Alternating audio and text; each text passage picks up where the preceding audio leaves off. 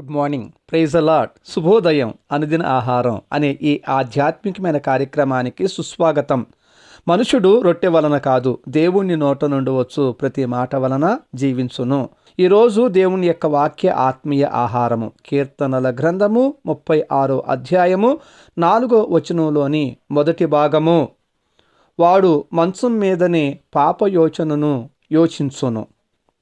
పాపయోచనకు పుట్టుక స్థలం మంచమే అని చెప్పటానికి ఆశ్చర్యపోనవసరం లేదు. ఎందుకంటే ఎందరో ఈ మంచం మీదనే పాపయోచనలు చేసి చెడిపోయిన వారు ఉన్నారు. ఎందుకంటారా?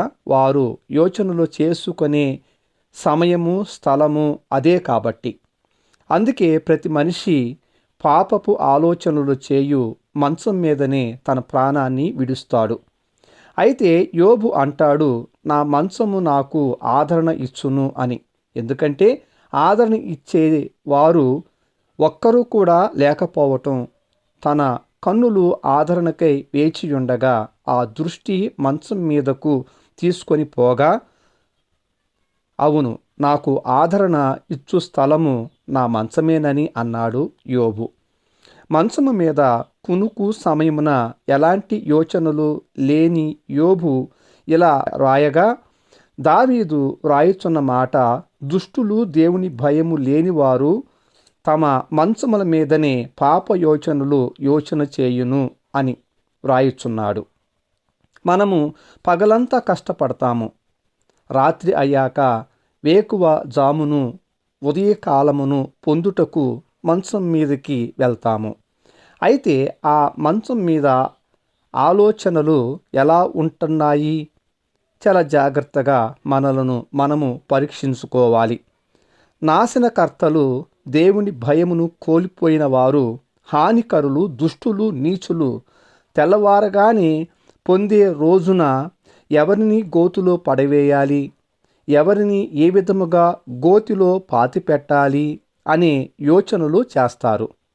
తెల్లవారగానే పొందిన రోజున ఎవడైనా పాపము చేశాడా అని అంటే వాడు తప్పనిసరిగా గడిచిన రాత్రి తన మంచము మీద ఉదయం చేయబోయే ఈ పాపమును గూర్చి ప్రణాళికతో కూడిన యోచన చేశాడు అని సులువుగా చెప్పవచ్చును. అందుకే వీరికి మంచము మీద నుండి మరణ స్వాగతము ఇచ్చును. ఇట్టి వారికి మంచం మీద ఆదరణ కలగదు గాని సుఖ నిద్ర కూడా కరువే పాపం. అయితే నీతిమంతులను వారు ఈ మంచం మీదనే ఈ లోకము నుండి వేరవుతారు, కానీ వీరిని దేవదూతలు వచ్చి తీసుకొని వెళ్తాయి. ఇది గొప్ప భాగ్యము, ధన్యత. మరి కొంతమంది నీతిమంతులు తమ పగటి సమయమంతా ఎంతో కష్టపడి దేవుని పనిలో కష్టపడి తిరిగి మరింత కష్టపడటానికి మంచమును ఆశ్రయించగా, ఆ మంచము మీదనే దైవ ధ్యానములో ఉన్న వారికి ఆ పరలోకపు తండ్రి ఎంతో చక్కటి ముచ్చటిస్తూ ఆనందింప చేస్తారు. అందుకే దావీదు తన యొక్క 63వ కీర్తన 4వ వచనమందు, నా మంచము మీద నిన్ను జ్ఞాపకము చేసుకొంటిని, రాత్రి జాముల యందు నిన్ను ధ్యానించును అని ఇలా ధ్యానంతో ఉన్నటువంటి దావీదు మరొక మాట అన్నాడు, కొవ్వు మెదడు నాకు దొరికినట్లుగా నా ప్రాణము తృప్తి పొందుతున్నది అని ఆనందించాడు. అవును, నీ మంచం మీద నీవు చేసే ఆలోచనలు ఏమై ఉన్నాయో నీ జీవితం అదే. నీవు భక్తిపరుడవా? దేవునిని స్తుతిస్తూ నిద్రలో జారుకుంటావు. నీవు దేవుని వాక్యమునందు ఆసక్తి గలవారా? అయితే విని చదివి వాక్యమును ధ్యానిస్తూ చక్కటి ఆదరణను పొందుతూ నిద్రలోకి వెళ్తావు.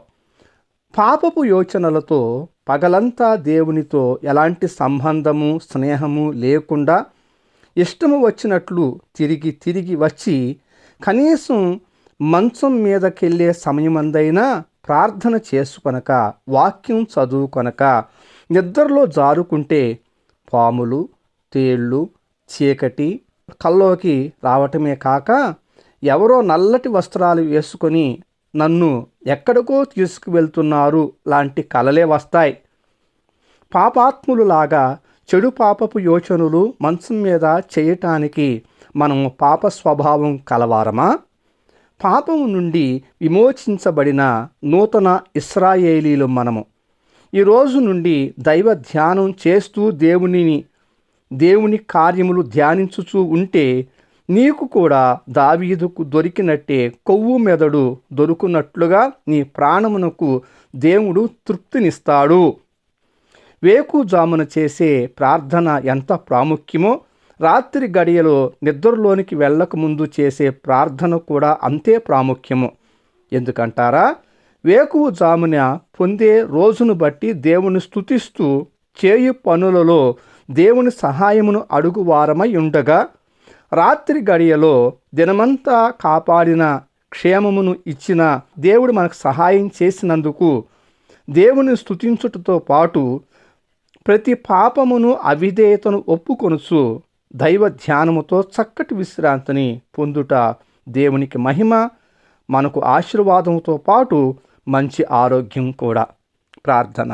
ప్రేమ స్వరూపమైనటువంటి మహాకనికరం కలిగిన మా పరలోకపు తండ్రి, మమ్మల్ని ప్రేమించి మాకు అనుగ్రహించిన ఈ దినమంతా మీ కృపగల హస్తాలకు అప్పగిస్తూ ఈ ప్రార్థన యేసుక్రీస్తు నామములో పొందుకుని ఉన్నాం పరమ తండ్రి. ఆమెన్. తండ్రి, కుమార, పరిశుద్ధాత్మ త్రియేక దేవుని అన్యోన్య సహవాసము సదాకాలం మనకు తోడై ఉండి నడిపించునుగాక. ఆమెన్. Thank you. ప్రభు పాద సేవలో పాస్టర్ ఉమా జాషువా.